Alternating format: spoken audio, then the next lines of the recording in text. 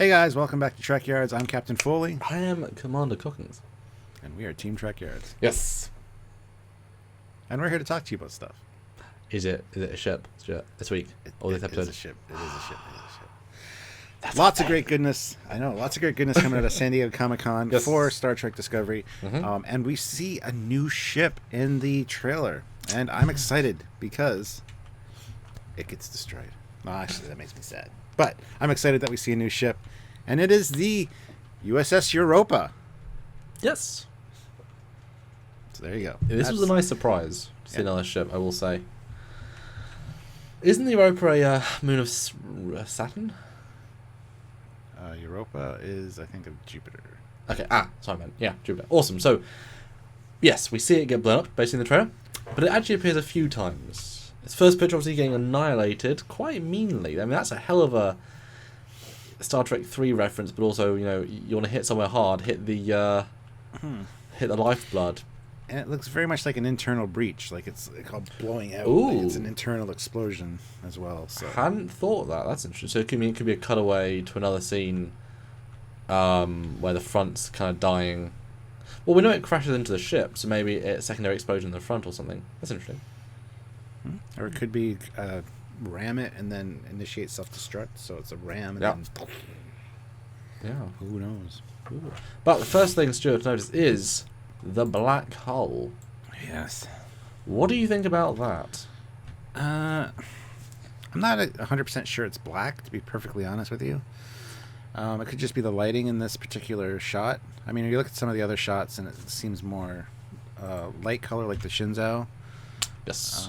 So it's hard to say. Black would be okay with me. It depends on the function of the ship. If it's like a carrier ship or something, you know, some kind of different specific function, why not have a different color for that particular, you know, class of ship? But we've never seen that before. Why would there be different colors? Oh, we have seen that before. Have we, Stuart? Oh, the Vengeance was black. There's also a red ship in 2009. Did they just miss the textures or something? Why did they make a red ship, Stuart? I don't understand that one. It's the Vulcan Science Academy ship. There we go. That's actually a great explanation. Red Vulcan ship. I forgot about that. I think we talked about that before. Yeah, my bet is it is a black ship. Just the way the light reflects and things. I mean, it sort of absorbs the light, and I mean, it's not a white ship. It's not a gleaming white ship. I mean, you No. Yeah. So I mean, obviously the problem is JJ Verse is not Prime, is not the same universe, and you know, Simon Pegg said it's a whole different universe. It's not Spock didn't go to the Prime timeline and then change. It was different from before because it's just a different universe. After he rewrote the story, that's how he wrote it. That's why the Franklin look so different and other little things. So and you know, CBS and Paramount, different companies, they can't use each other's material. Different you know, different owned things. So if it's meant to be Prime, it means it's Prime. So making it black is quite an interesting technique since it's never been done in official Prime canon. Could be Section 31 ship. I mean, that's the obvious potential link. It could be one from the future. People have said a lot of stuff. I don't think anything's from the future personally in this show, but therefore looking different. Could be from the JJ verse. Could be an alternate timeline ship coming through with them. Maybe they're from alternate universe, and maybe they're from the JJ verse because they look sort of JJ versey. Comes through with them and gets blown up. Maybe.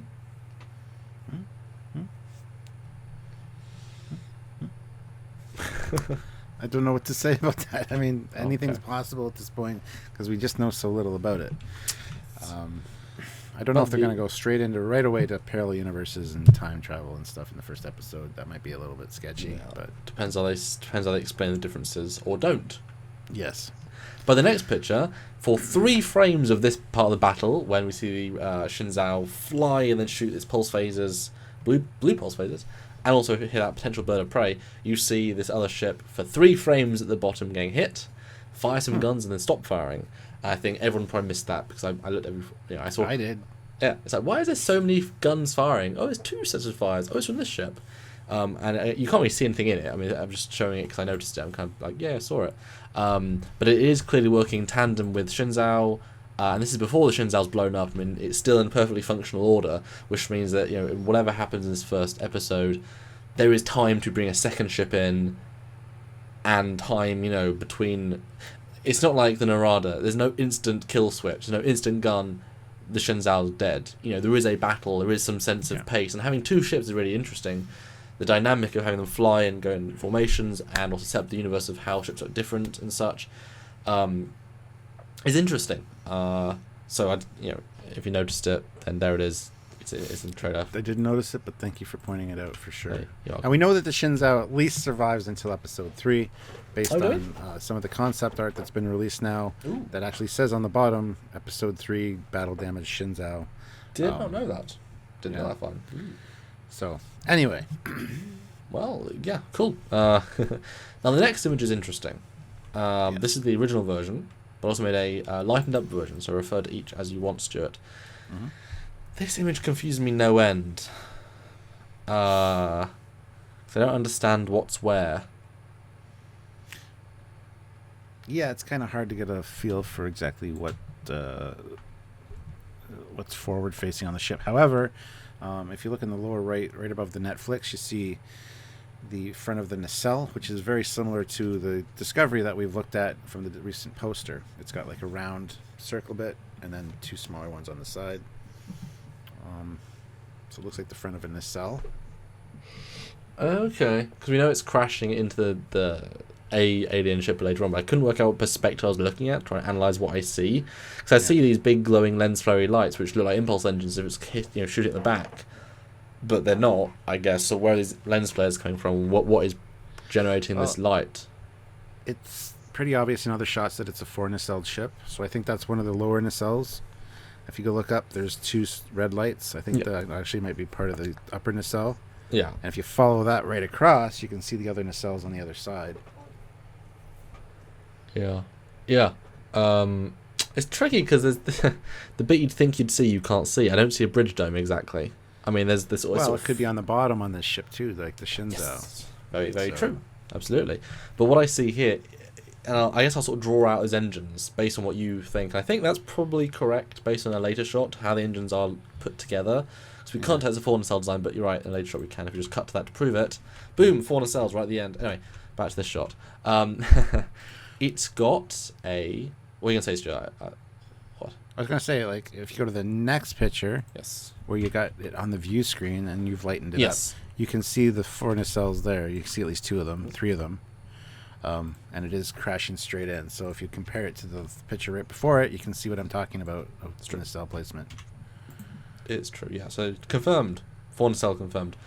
But back to the other picture, it has a roll bar. It has a very familiar roll bar. What appears to be 3 torpedo launchers at the top, with a bar in the middle as well, connecting it, so it's not just staying up there. We're not sure that those are torpedo launchers. That could be the bridge module up there. Wouldn't it be cool to have the bridge module on like a roll bar in the middle? I guess. I mean, don't know. Maybe.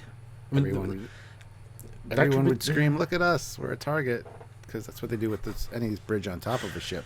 But we know from the Discovery new design they like connecting the main modules with bits of structural having holes. So why wouldn't you connect the bridge module via pylons rather than be inside the ship?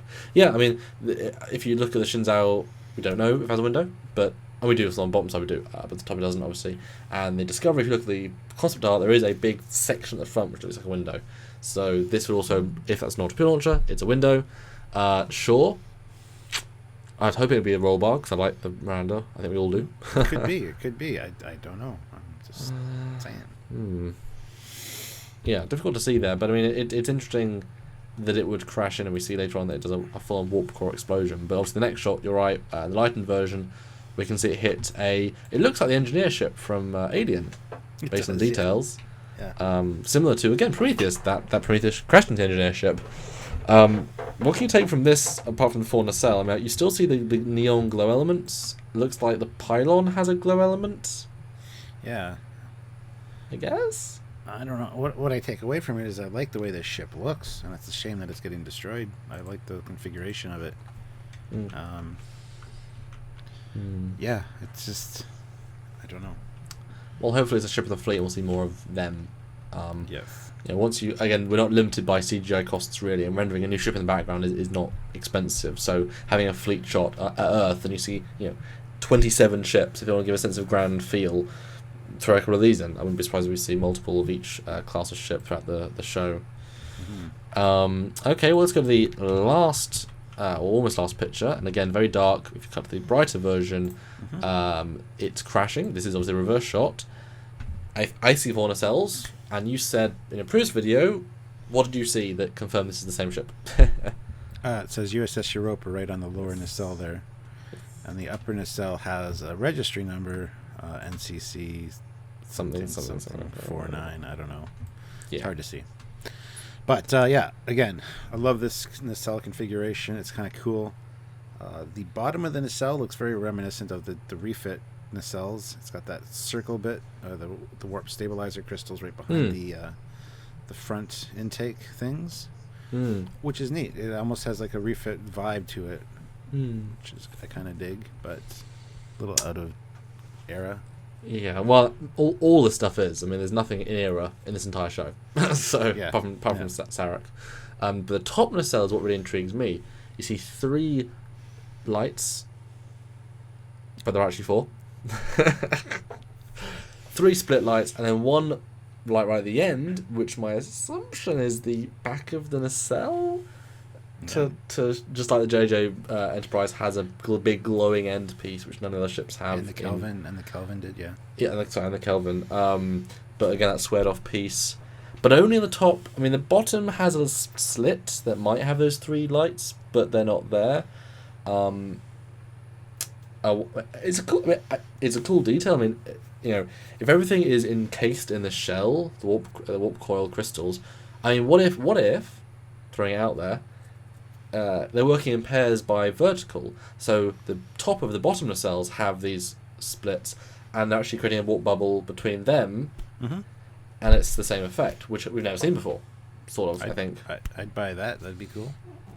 And that's We have seen it on the Constellation. That's how they're set up. Was it? So it was those pairs rather than those pairs. Yeah, because the way they were oriented. Okay. Well, that's I mean, this obviously. It all links to itself, so this would be a precursor to the Constellation in some form. We don't see many 4 nacelle ships. Yeah. What else do you see, Stuart? Because I see a big other thing. I don't think I see anything else that I can mention. Look at the front of the saucer. I know it's crashing, but look to the left. There's a very precise-looking cutout, which seems to go back. Yeah. It looks like a trench. Yeah. Which is not. I mean, that's not damage. I mean, that's 2 clean cuts. So maybe has grooves in the front of the saucer. Kind of, not sure what ships have that, but it's not a perfect saucer. I mean, what do you think they could mean? What do you think it could be?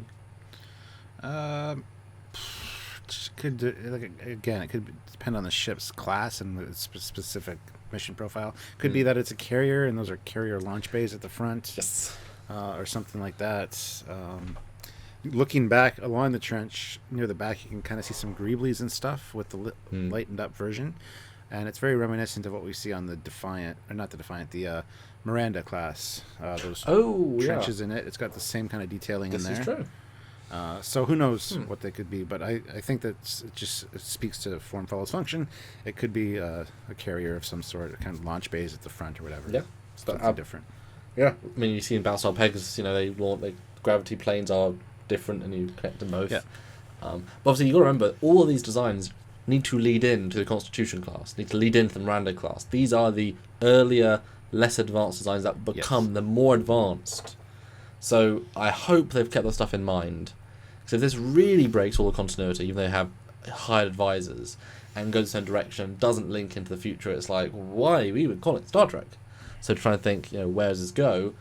The Miranda class, you're right, I hadn't thought that, but yeah, it links into that. We can see it is a single floor saucer, so it's not a huge ship. Well, I think that's just the lower ring of lights is one deck, so there could be 2 or 3 decks in that saucer rim, by the looks of it to me. But with no windows, though. Doesn't necessarily need windows every deck. It's true. But just looking at the size, you consider that window is like that section is 8 meters, let's say, with ceiling to floor windows in the corridor. I would say 3 decks at least. So don't know about sizing. It's really hard to say, but I don't know. Yeah, well, they could be still holdovers from the porthole window style of the NX, as opposed to the bigger windows of later eras. When it's not so much of an issue. But it's interesting, this bottom dome section with all these windows. That, I mean, it's an interesting way of having a separate big section. Maybe that's the 21 forward bottom bar. There's no 10 forward in this. Yeah. And then the last picture is it going up in a big blue warp core explosion where the actual nacelle itself rips apart and is glowing with energy and explodes. So that's it's nice to see a warp core explosion, not just explosion, because there is multiple things going on. Clearly they're going to try and let the Shinzao escape, or Discovery, if that appears in the battle, sacrificing itself to save the mission, I suppose. Dramatic. Yeah. And there you go, Stuart. There is the Europa, the brand new surprise ship that we barely see anything of and don't really know what it looks like exactly, but actually some decent ideas. Closing thoughts and pictures out, Stuart. I was excited to see a new ship. That's why I'm looking forward to Discovery. There's going to be so many new ships to talk about and look at, and we're going to have a lot of fun doing so. Yes. So seeing one in the trailer really got me excited. Mm-hmm. And then to get this closer look at some of these detail shots, establishing it's a 4 nacelle design and that it is, something new, I think that's exciting for me. So I'm super jazzed to see this ship. I'm looking forward to learning more about it, and hopefully it doesn't die right away. I hope we get to see it kind of hold its own in battle for a little bit. Something exciting. But yeah, I'm excited. Yeah, every new ship is awesome. That is what I think. We love ships, and we are here to look at them. Every ship is awesome. Every ship is awesome when you look at it with Trekyards. Every ship is awesome. No, and it becomes the Miranda / Constellation crossover in about 50 years when it links together, and then la with a top-mounted bridge module in the torpedo module. So thanks guys for watching. Hope you enjoyed, and we've got more to film today. I think we're getting crazy by all the content. So hopefully you're enjoying this massive amount of content. We enjoy making it, talking, having fun, and looking at little minutiae, because all this stuff has a place in the era, or the new Discovery-verse era, whatever. It's fun to look at and think about the greater context, what's in the smaller context, and tune in for other videos this week on Discovery. And as more stuff comes out, we'll talk about it. And thanks so much. And until next time, guys, I am Commander, not Captain. I haven't upgraded my rank. Cockings. I'm still Captain Foley. And we will see you next time. Bye, everybody. Bye, guys.